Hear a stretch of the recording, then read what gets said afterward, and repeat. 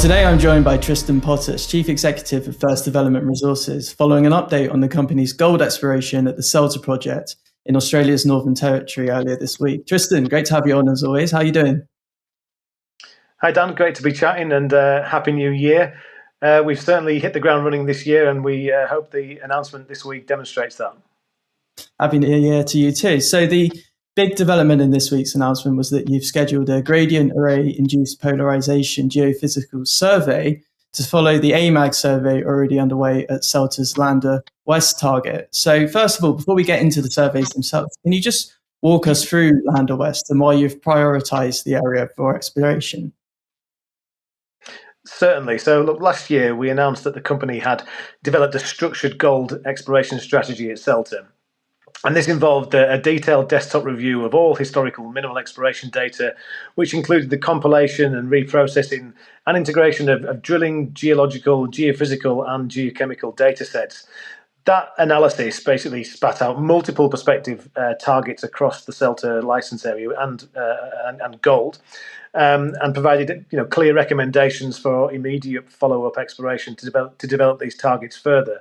Lander West has been prioritised because it ticks all the boxes from what the study was designed to do. It's also in a part of the licence area which has great access, and we aren't constrained by any restricted work areas or culturally sensitive areas as well. Great, so good access and good potential. So tell us about this GAIP survey. How does it work?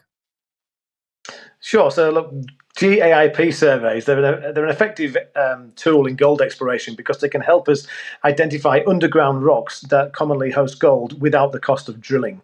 So, gold is often associated with sulfide minerals, and GAIP surveys are a very good way of detecting those minerals at depth. They'll hopefully enable us to target drilling more accurately, reduce exploration cost or risk and cost, and focus the capital that we have on the most prospective areas. While it doesn't guarantee gold, a strong GAIP survey result significantly improves the odds of a successful discovery.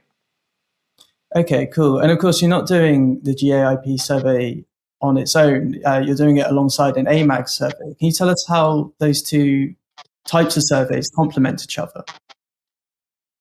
Yeah, so look, the AMAG and GAIP surveys, they are complementary because they look for different but related things underground. So AMAG surveys, they highlight changes in rock type and structure, such as faults and intrusions that can control where gold may occur, whereas GAIP surveys, they can identify sulfide minerals that can be commonly associated with gold mineralization. So when used together, AMAG surveys show where the system is, and GAIP surveys can help indicate where the mineralization may be concentrated. So again, the combination of the GAIP and the AMAG surveys, they can improve targeting, reduce drilling risk, and obviously give that greater confidence to the company before we commit to the capital to drilling. Okay, lots of acronyms. So when do you think you'll get the results for the surveys, and what will be the next steps?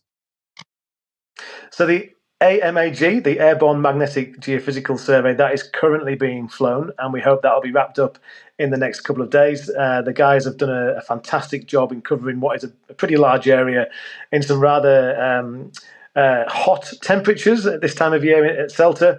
So because the survey will be finished in the next couple of days, we would expect to get preliminary results back shortly thereafter. It's a relatively quick process of interpreting that data.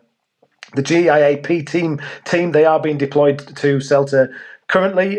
They'll be on site in the next week. There'll be some preliminary work they'll have to do before going out onto site, but the actual survey over the 4 blocks which you've identified will take around a month to complete. And then after the survey's been completed, we'll then obviously be able to analyse the data we get back. And as is always the way in exploration, it's iterative. So we'll take the AMAG data, the GAIP data, we'll put it together in the hope that we can identify multiple coincident anomalies, which hopefully then will allow us to determine what the next steps are, whether that be an additional round of geophysics or we then move to drilling. And assuming we do go down the drilling route, we've already been working on the process of securing the necessary permissions. Again, that's a process that we have to go through, but we kicked that off at the end of 2025 in the hope that if we do get those targets that are drill ready, we can move swiftly towards drilling at the earliest convenience. Great. Well, I look forward to seeing the results soon. For now, thanks again, Tristan, for your time. Thanks, Dan. Always a pleasure. Cheers. If you enjoyed this interview, then give us a thumbs up, a like or a retweet. Subscribe to us on YouTube or follow us on Twitter and hit that notification bell to be the first to know when we release new content. There's loads of great content on our website too, across all our programs at stockboxmedia.com. Thank you for watching.